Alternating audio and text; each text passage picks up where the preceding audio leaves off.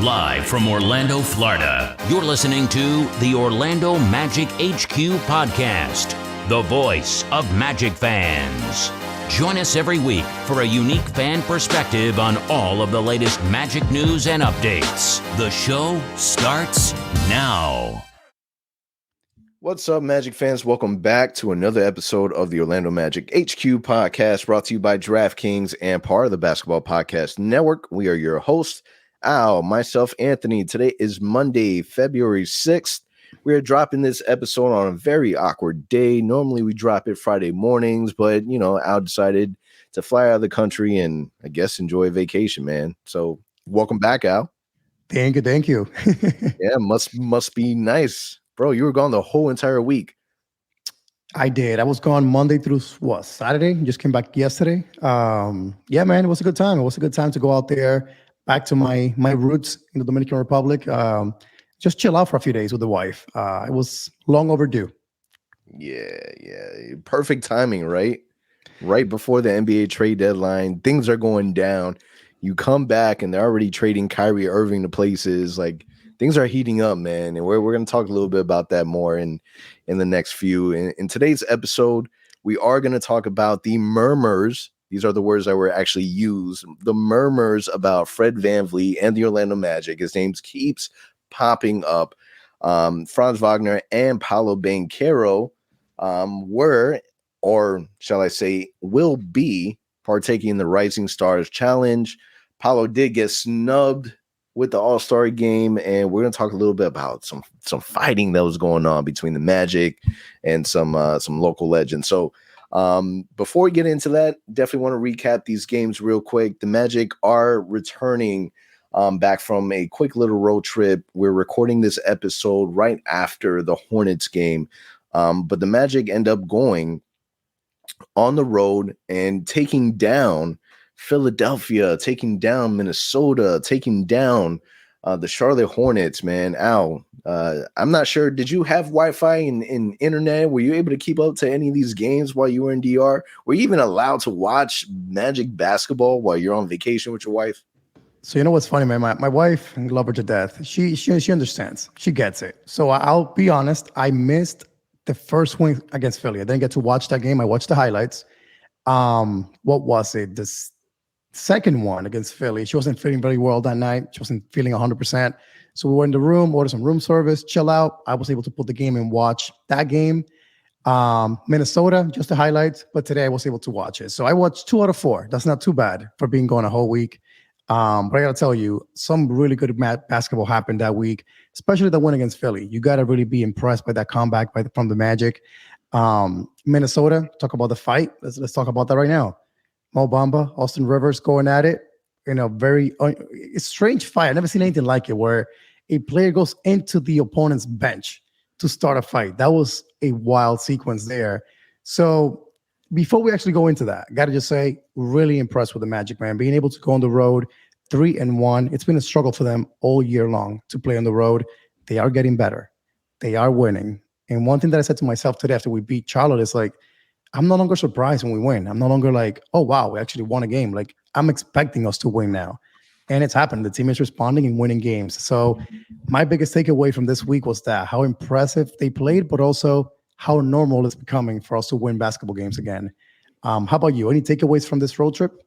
I mean, the takeaway really is that, man, the Magic have been playing really good basketball on the road. And when you talk about being, 2 games in Philly, followed by Minnesota, Charlotte, man, that's not a small road trip, man. That's a long road trip. And the fact that we're able to go out there, not play basketball at home, and be 3-1 really goes to show you how well this Magic team is really playing. And, you got to love it, man. So with this Charlotte win, this puts us at matching our total wins from last year. Like, last year was a really bad year. I mean, granted, we got rewarded with Paolo Banchero in the number 1 pick. But to be at this point where we're already matched, 22 games are already matched, and we still got 30 plus games to go before the end of the season. It's like, all right, in the beginning of the season, Markelle Fultz was talking 4th seed, right? We talked about this off air, and it's like, maybe he wasn't lying. Like maybe this was a real deal. Imagine if this team had everyone together at the beginning of the season, no injuries, no nothing, and it's like we wouldn't be where we're at right now. You know, our record would have definitely been a lot better. But it is what it is. This is where we're at. It's definitely a moment for us to be able to enjoy. And you know, what really impressed me the most is that even though Paulo Banchero hasn't had, you know, he had some struggles on the road. Same with Franz Wagner. You had Cole Anthony step up and play really, really good basketball. You had Mo Wagner step up and play really, really good basketball. And you gotta love it, man. Gary Harris, dude, Gary freaking Harris, Yep. man. It's Gary Harris has to be by far one of the most for me this season, for me personally this season, my bipolar player, right? And what I mean by that is at the beginning of the season, I said that Gary Harris should be our starting two. And then Gary Harris played not great basketball for a long while. And he's shooting the basketball really, really well now. He's become an extremely great threat from behind the three, and even man, what's his name? Keith Smart, Keith something. What's his name? Keith Smith. Keith Smith. Keith Smart. Listen to me, Keith Smith. You know, he did a tweet earlier today that made a lot of sense, and it's kind of like, you know, now teams a second round pick isn't enough for Gary Harris. It's not anymore. Now with this level of play, you know, if teams are going to want to take Gary Harris away from the Magic, they're going to have to pony up a little bit more than just a second round pick. And who knows? Maybe that's still something that the Magic decide to do. Who knows? NBA trade deadline is literally this week. And to the Charlotte game was Terrence Ross's birthday. It was his birthday, man. His birthday. And Caleb Houston got more burn. You're talking about the dude has so many DMPs. I don't know what to do with it.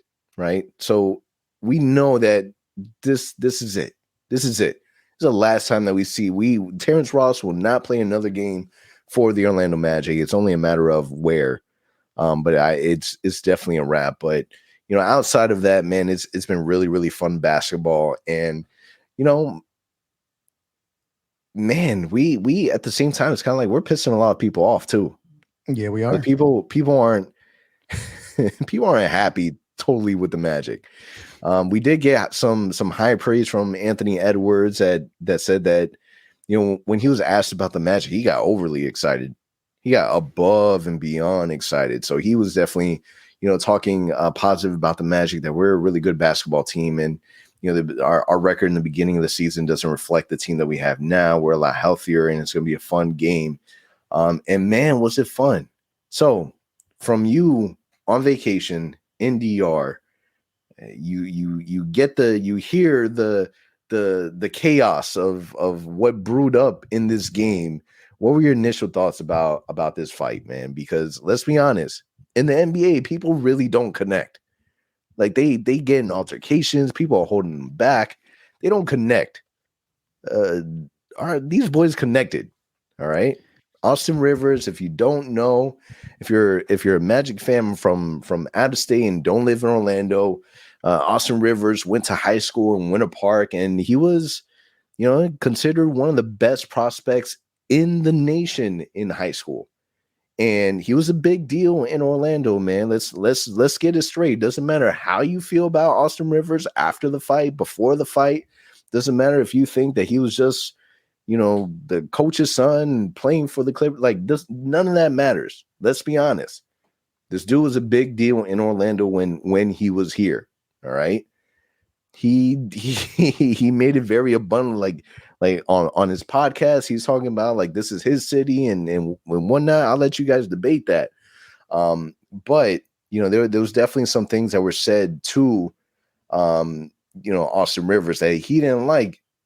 And Bamba didn't hold back, man. For all of you that called Bamba soft, I've never met anybody soft do what Bamba did. So what were your thoughts? What was your initial reaction when you heard that, man, the Magic got into a little scuffle, man? We got into a little fight. So for me, it was I kept checking Twitter, right, and I see that Mo Bamba got ejected. I don't know who tweeted it, but I came across it. Like, what happened? So I kept scrolling, and this fighting talks are going on. So right away, I googled it. Right, I'm like, hey, Mo Bamba fight, and right away some tweets came up. I got to watch the video, and like I said earlier, I couldn't believe it, like that how it escalated so quickly. Number one, but the fact that they actually threw punches. Jalen Suggs with the takedown. I know he was going to protect and back up Rivers from Mo Bamba, but it looked like a takedown in that moment. And then all that happened after that. But initially, the biggest like shock to me was Austin Rivers legitimately going to the Magic bench and instigating everything to happen like that. That was kind of weird. Never seen that happen before.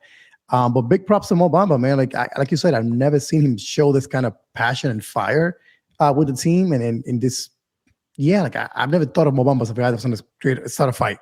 And that reaction with Mo Bamba making that weird face, and then Markel right next to him with a weird reaction, like, what did you just say?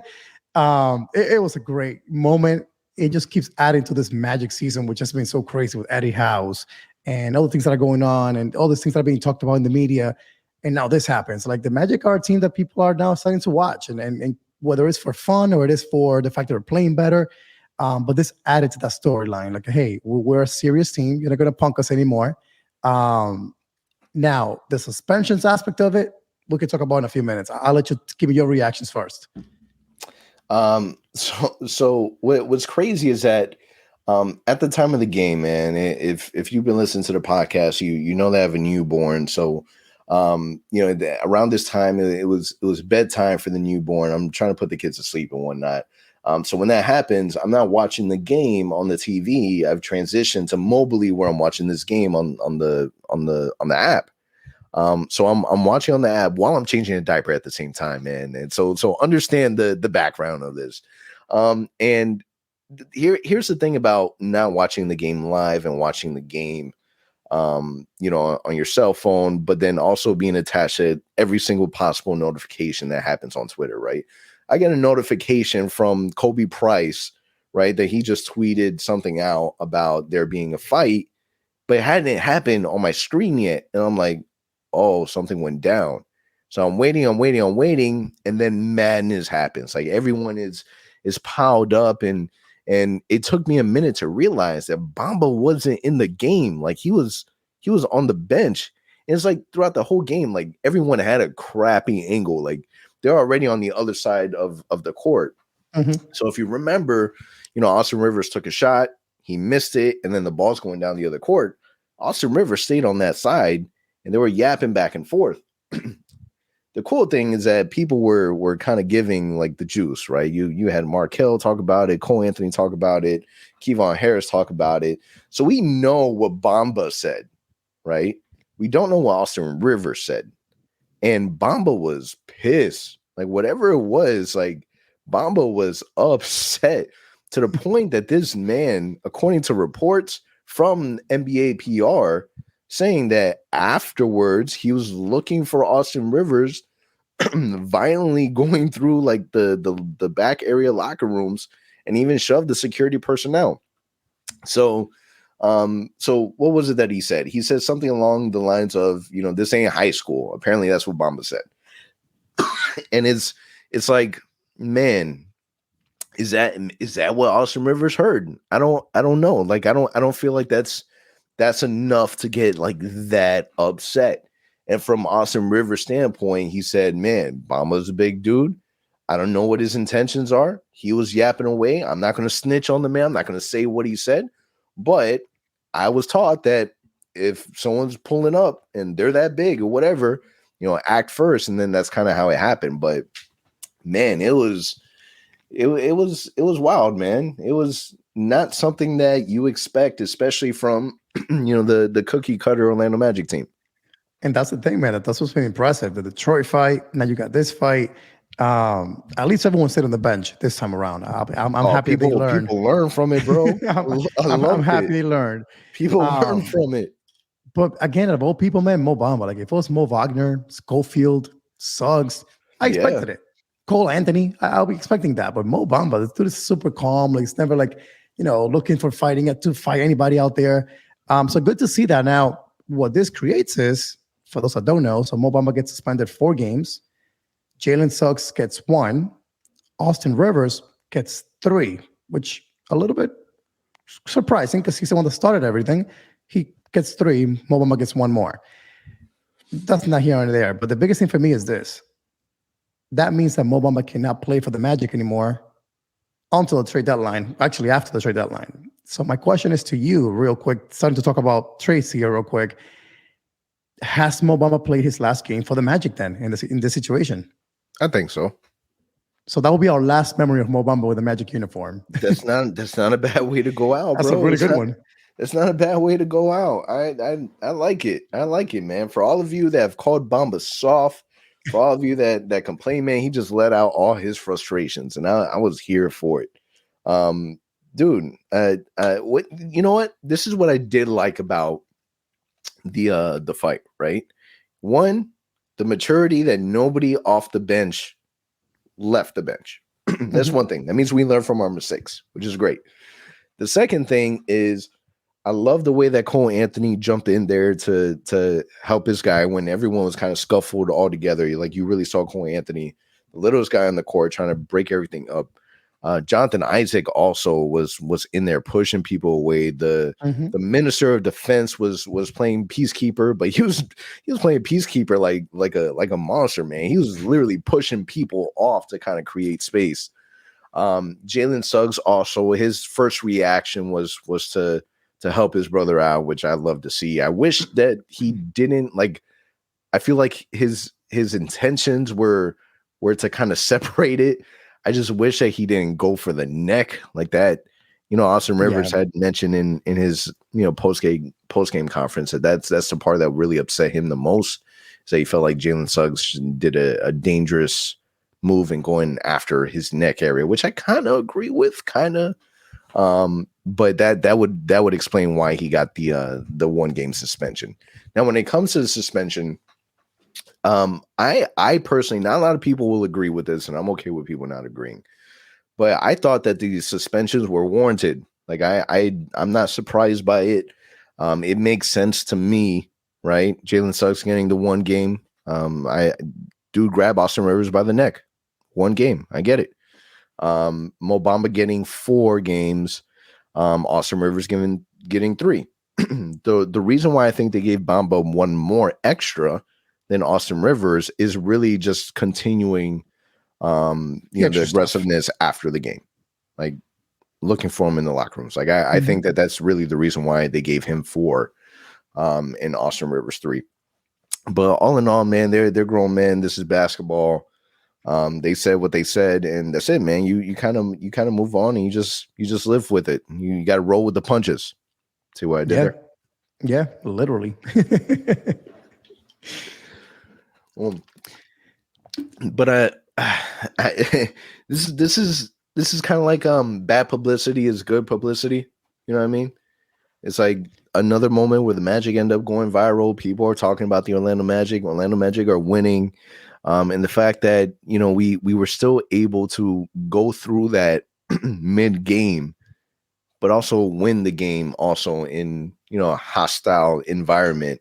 It shows the maturity and the resilience of this team. And I love it, man. The Magic are rolling right now.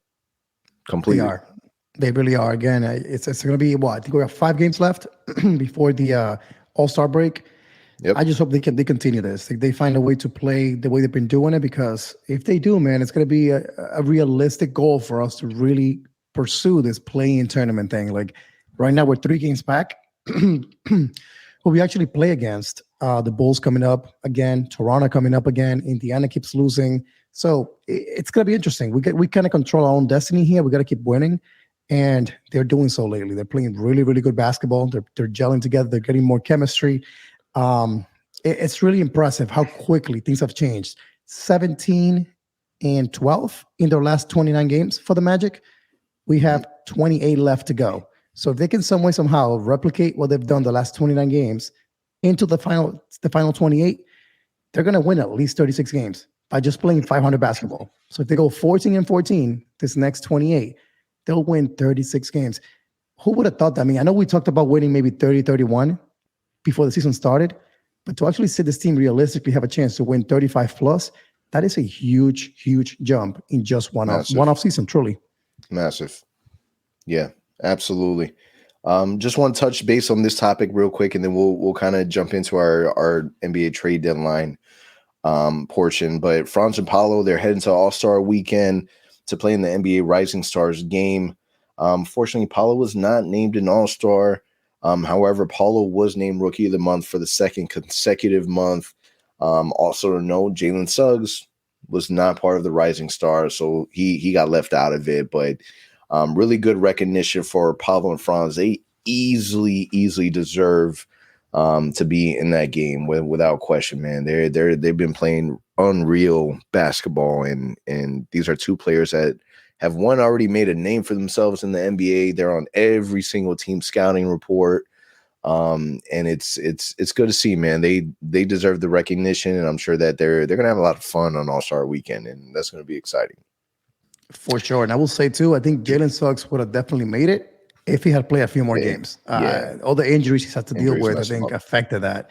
But the way he's been playing lately, His without a doubt, defense would have been has there. been insane, man. If you've been listening to the Twitter Spaces that we got going on with Stanley after the games, Suggs was definitely a player that got a lot of heat, man. People weren't happy with his where he's at offensively, but man, his defense alone it replaces the offensive struggles, man, because he's locking down these guys. He is playing really good basketball on that side of the floor. And the one thing to remember, man, is that his three ball isn't falling, but his mechanics are really good. Eventually they are gonna hit.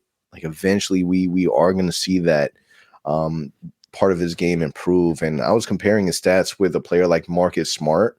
And dude, where Marcus Smart was as a sophomore is almost identical to where Jalen Suggs is. I'm not comparing them in the terms of them being the same player or who's better or whatnot.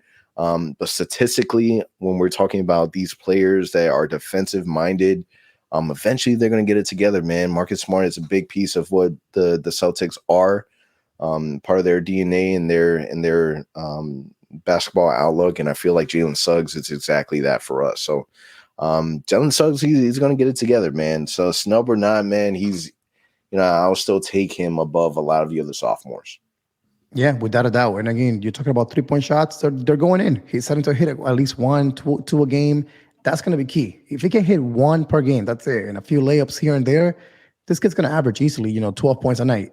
Plus, with his defense, like you said, Marcus Smart should be the focus of this guy. Like if he can be that piece for us, that's way more than enough. We already got our guys that can score, guys that can create. He can just be a guy that can, surprise opponents, drop 12, 15 points a night, but lock down the opponents along with J.I. on the court at the same time. Oh my goodness. It's going to be special to watch.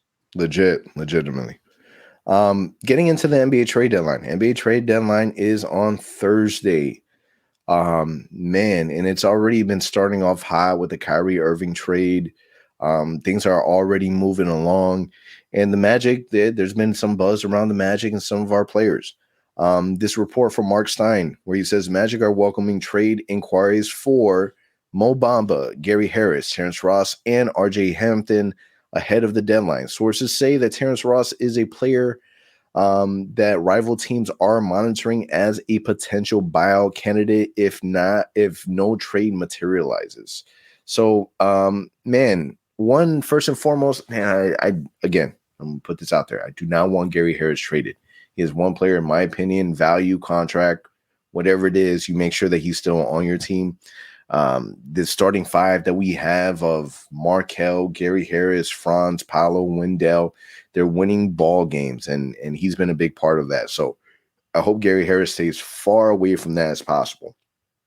Now, when we're looking at Mo Bamba was barely getting any minutes, fell out of the rotation. If it wasn't for Wendell getting injured, he wouldn't have started in one of our road games.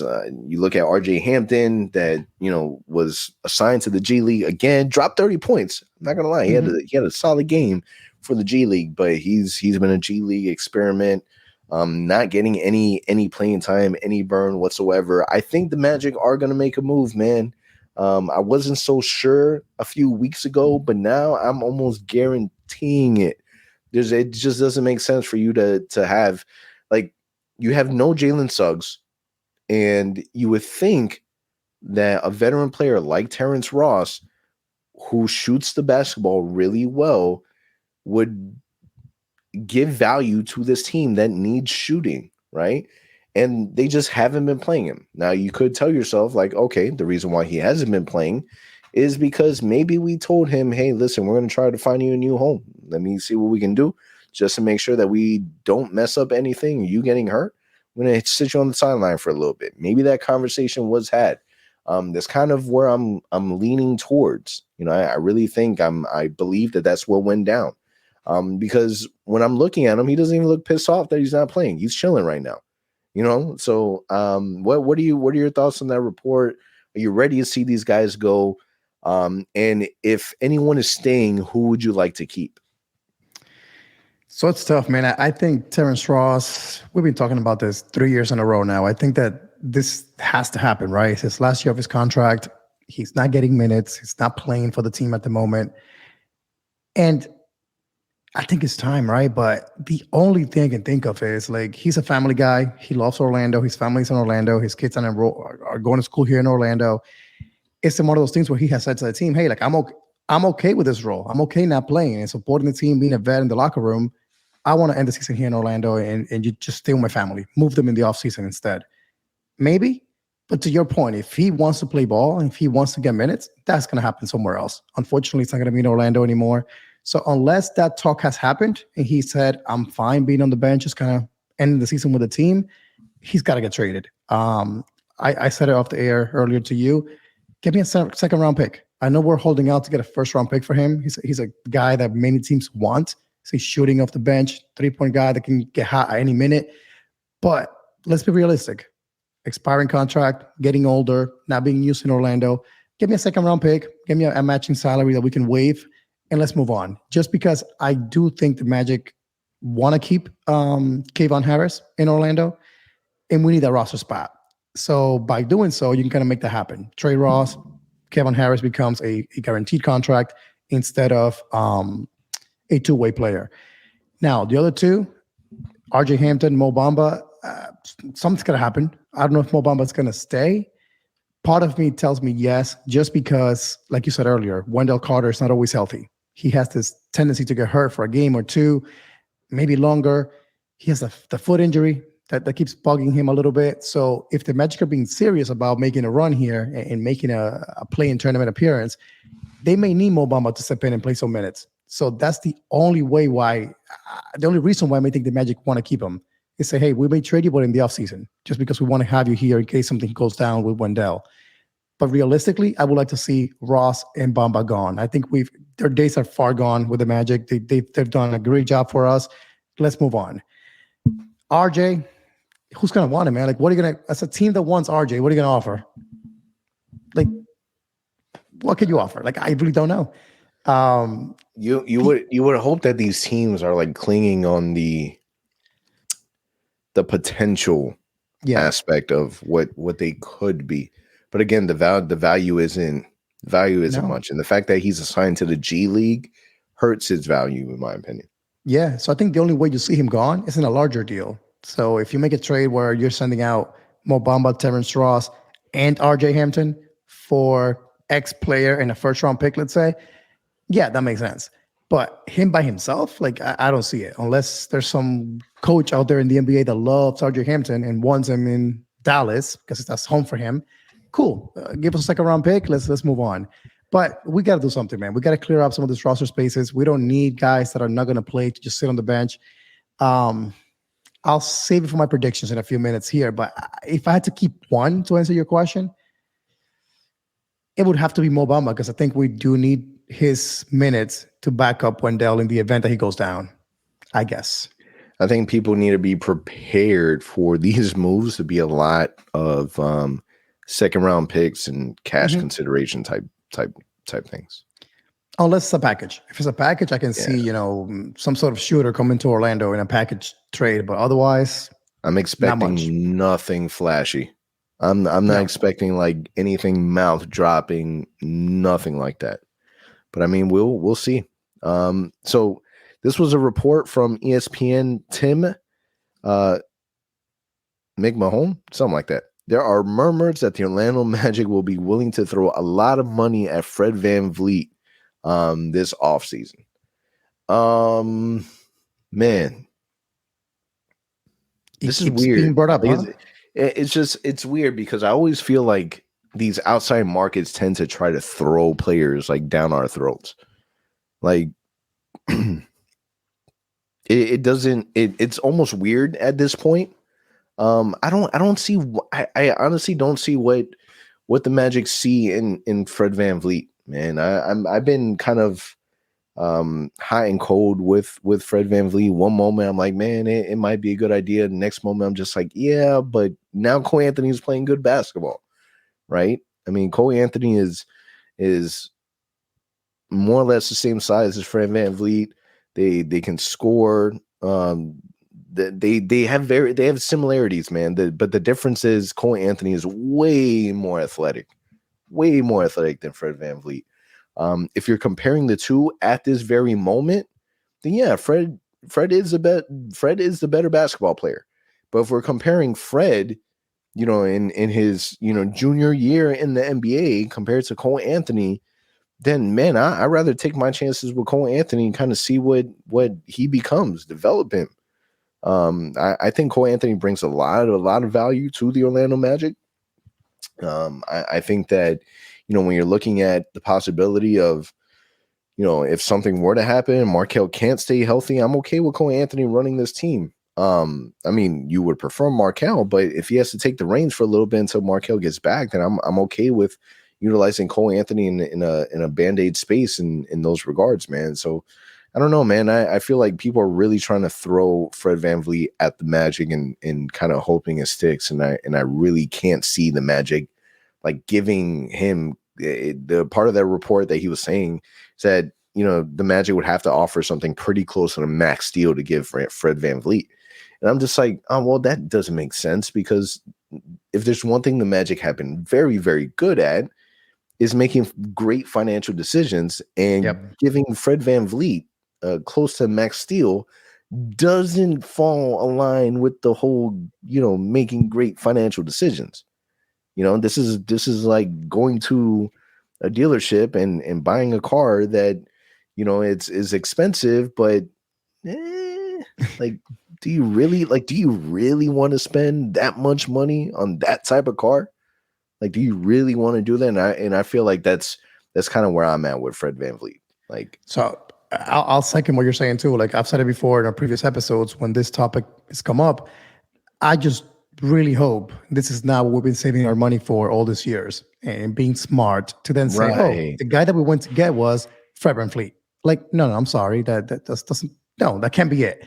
So I think it's just the fact that we have a front office that used to be in Toronto, the fact that we have cash available to us, people just make that connection. But if you ask me, there's no way this is the move that we're making.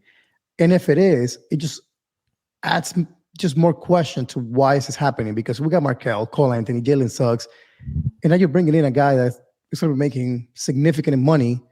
He's got to play, right? So where is he going to be? He's not a shooting guard for sure. Like, he's 6 feet, if anything, 6'1" maybe. He can be a shooting guard. Yeah, right. You can't put Markelle in the shooting guard position because unfortunately we know his shot is not there. He needs the ball in his hands. So what is this move going to? It's going to lead to additional moves. Now, let me ask you this.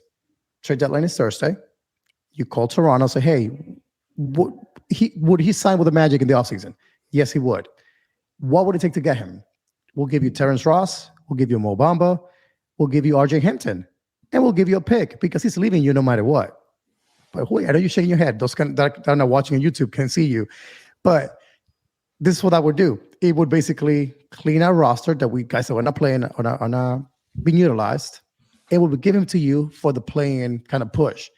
If you're really going to go for this guy in the offseason, would you make that trade? Well, you're not giving up any of the top prospects that we have or core players, but you're getting him 3 months in advance. Let's call it that. I wouldn't do it. I'm asking you that question. Nah, why? He's going to be a free agent. Like, you just wait a couple more months and then have that conversation there. The only way that you do that is if that is your guy, like, man, this is like you're salivating at the idea of this is the last guy this is the guy that we need to lead our franchise into the promised land for the next 4 or 5 years. Fred VanVleet is not that guy. He's not.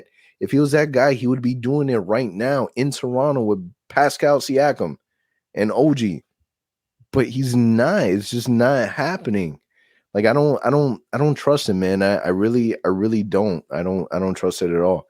Like if you really love the guy, then wait it out. And if he's available in the offseason, then offer him a deal.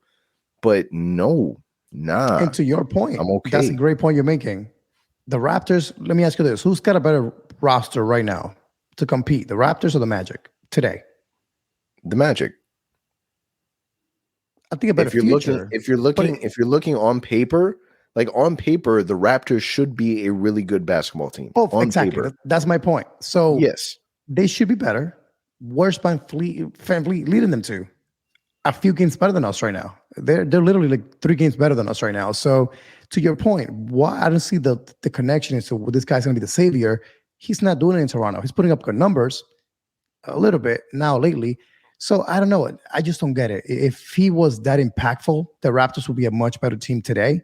They're not. So why would he make that change here in Orlando? I don't see it. I don't think he's the guy that we need. Not for that kind of money, for sure. Max money to Van Vliet. That's not. It can't happen. Dude, I hope that we don't make any moves. I know that there's a lot of Magic fans that they want Gary Trent Jr. from the Raptors. I would definitely open up. I would be open to a player like that. We actually play the Raptors on Valentine's Day, so that game is going to be interesting because people are going to be watching. If Fred VanVleet isn't moved at the trade deadline, people are going to be watching that battle, and I think that we're going to have a better understanding of what Fred is really able to provide, like up close and personal. But the Toronto Raptors are not a good basketball team right now. And if you're the point guard, you're the general, you would think that would be his department to lead, and it just hasn't been that, bro. Not at all. Hasn't been that. All right, man. So let's get down to the predictions. When it comes to this NBA trade deadline, in just a couple days, trade deadline is on the 9th at 3 p.m. Will the Magic make a trade? Yes. Who is the most likely player to get traded? Let me ask you this first. Will they make a trade? I'm asking that question back. Yes. I want your predictions 100%. Out there. Okay. 100%. We're making a trade. At what time will it happen? Moments before. We're gonna submit it like literally at the last second. We're gonna let all these kids turn in all their tests early. Nah, we don't play that. We wait for everyone to get up and turn their stuff in, and we're the last one. We'll drag it out. All right, most likely to be traded. Terrence Ross, without a doubt. It has to be Terrence Ross, man. And it's like DMPs, man. Scream it. Unless he legit gets waived, yeah, he's not going to be in Orlando. And I'll even take it a step further. I believe that he ends up somehow in the near future with the Charlotte Hornets. I think he ends up signing with the Hornets at one point in time. He's going to end up playing for Clifford again. That's my prediction. Interesting. What should the Magic seek in return in a possible trade? For the love of God, if there's a player coming to Orlando, please have it be a guy that can hit a 3.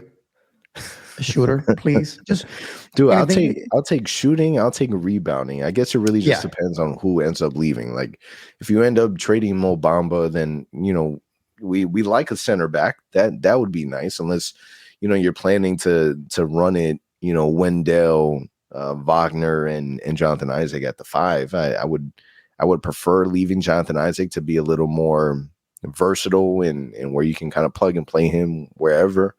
But I would love some rebounding. Rebounding has been my thing lately, and my frustration point with the Magic. Yeah, so as long as we improve rebounding or shooting, I'll be happy. All right. Our trade deadline predictions. Who do you think the Magic end up trading for?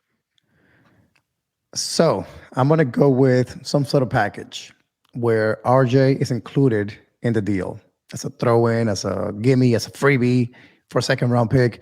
But I do think that he is gone. And reason why I'm saying that is many people saw his Instagram story yesterday that he posted. And in that story, he basically put a picture of every teammate that he's played with the Magic this season in black and white. So kind of a message, if you ask me. And then he scored 30 today in the G League and then said, I love playing basketball on Twitter. So I think the message is out there. He's being cryptic about it. I think it's going to be happen. So I will say for sure, RJ is gone, but not by himself. I think it's going to be some sort of package where Mo Bamba and RJ, Ross and RJ, Gary Harris, hopefully not, and RJ. That's my prediction. But what are we getting back? I have no idea. Yeah, my prediction is that we get back second round picks. That's my second round picks and whatever makes the money work. Like I think that the great thing about the Magic, man, is that this off season, being able to know that you're going to get 2 picks to add to this team, where we're obviously getting younger. The Magic are going to have to consolidate, and there's nothing like all these trades that you're seeing, Kyrie Irving and all these other players, man. There's a crap ton of second round picks that are attached to kind of sweeten the deal, and I think that the fact that the Orlando Magic own all their future draft picks and other teams' picks, collecting the second round picks, I'm okay with going that route, and I think that that's just something that we're gonna have to prepare ourselves for. Like, you're not, whoever it is that you're thinking that's a big name. I hope it happens, but I don't see the Magic making a big move to force our way into a play-in. I think the Magic are playing great basketball now, and if we make it, we make it. If we don't, we don't. But the team right now is rolling. We're playing good basketball, and I don't think that the Magic should make a move to kind of like mess things up, especially with how well we've been playing. If you're gonna tinker with the roster, you do that after. Like, in my opinion, you don't make a big move for any player until after you see what this team looks like, after you add these new 2 rookies. Because why would you invest in Gary Trent Jr., for an example, when there might be a player in the draft that maybe you believe in more, that can be better than the Gary Trent Jr.? That's just kind of my outlook on it. Like, these 2 draft picks that we're getting in this draft is kind of delaying, in my opinion, what big trades the Magic could or would do. Yeah, and not only that, also the lottery itself, right? So even though we're playing so well, believe it or not, we're actually still have the 5th best odds to win the lottery. I'll if take you remember, good basketball and 5th odds. Exactly. So remember from years past, being 5th, it's not a bad thing. You can still jump to 3, to 2, to 1 very easily. So guess what? We may go this entire season the rest of the way, win just enough to still be competitive, but still end with a really, really good position in the draft. To your point, if the lottery goes our way, that shifts tremendously the way that we do things, be it trade or free agency. So a key word for me heading into the trade deadline is patience. We've had to suck that up for many, many years with this front office. It's paying dividends. Finally, we're seeing why they were so patient. Let's not rush this. Believe it or not, it's February 5th. The draft is June 30th, June 20 something. So guess what? That's 4 months from now, right? March, April, May, June. That's 4 months. So waiting it out a little bit longer and doing things right may be more advantageous to us than just wanting to see a trade, wanting to see a big move for whatever reason. Wait it out. Play out the rest of the season. Make moves that you need to make. So if Ross is unhappy, we don't know about it, then get rid of him. Get a second round pick, be happy. RJ's creating problems in the locker room. I don't think he is. But if he is, find a way to release him if you have to at this point. Like, just make those moves. But don't do something just to do something to make the play in. Because again, we want to see it for sure. But I'm really, really focusing more in the offseason, the draft, the lottery, and free agency to make those big moves, not now. Yep. Couldn't agree more. Man, listen, Thursday, NBA trade deadline, 3 p.m. I'm expecting fireworks in the NBA world. I'm expecting little firecrackers for the Orlando Magic. So we'll see what ends up happening, man. It's trade deadline is always a fun time, especially for the content creators out there, man. So we'll see what happens, man. If you have a prediction, send us a DM, send us a message, put it in the comments, let us know what you think. And on that wrap, man, on that note, it's a wrap. we'll catch you guys in a couple days, man. We'll be dropping a podcast right after the NBA trade deadline, and I'll see you, man. Till then.